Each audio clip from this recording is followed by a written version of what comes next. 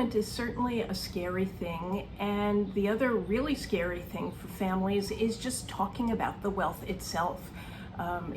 It's scary to have the money talk with your kids. There's no getting around that. I often say that the money talk is even scarier for parents than the dreaded sex talk. My favorite quote on communication is from George Bernard Shaw, who said, "The single biggest problem in communication is the illusion that it has taken place." But parents who say to me that their children have no idea that their family is wealthy, they're just fooling themselves. The money is the elephant in the room. You know, there's this wonderful thing out there called the internet that our listeners, our viewers are using it now. Maybe you've all heard of it. Kids Google their parents. They Zillow their house to see what their house is worth. They see how you live. They see how you travel. Talk about entitlement. It's about modeling your behavior. They see how you travel. The kids at school talk. And of course, at Thanksgiving dinner, when the parents are all sitting and chatting downstairs over coffee and dessert after the kids are all upstairs talking with their cousins. Well, if you haven't had that money talk with your kids, but your brother-in-law has had that conversation with his kids, guess what? Your kids know now.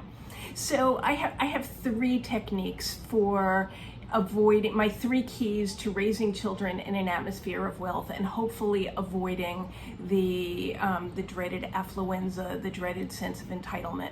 My key number 1 is to start while young.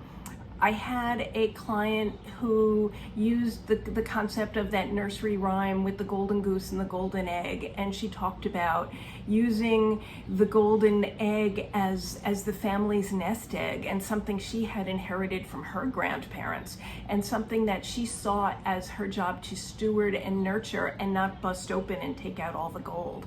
And you know, you can use that with even little kids.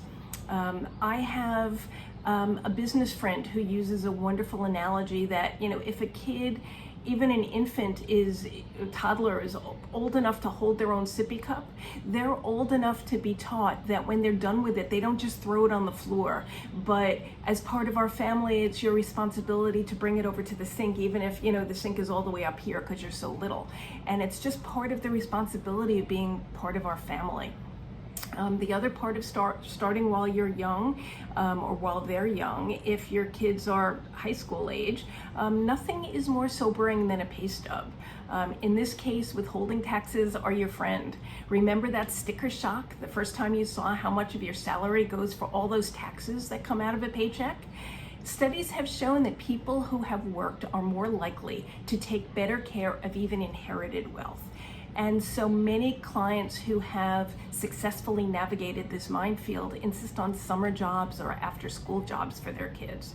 So that's my first key of my 3 keys, is start while young. My second key is model your behavior, because after all, your kids are paying attention to your nonverbal cues a lot more than they're paying attention to what you say.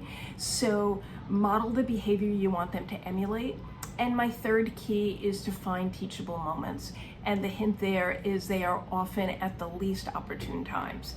You just have to take those moments when you find them and use them to teach your values, to, as Francesco says, to live your values and to make your values actionable so that your children can learn from your nonverbal cues exactly what they should think about their wealth, how they should act about their wealth, and what values they need to take into their own adulthood.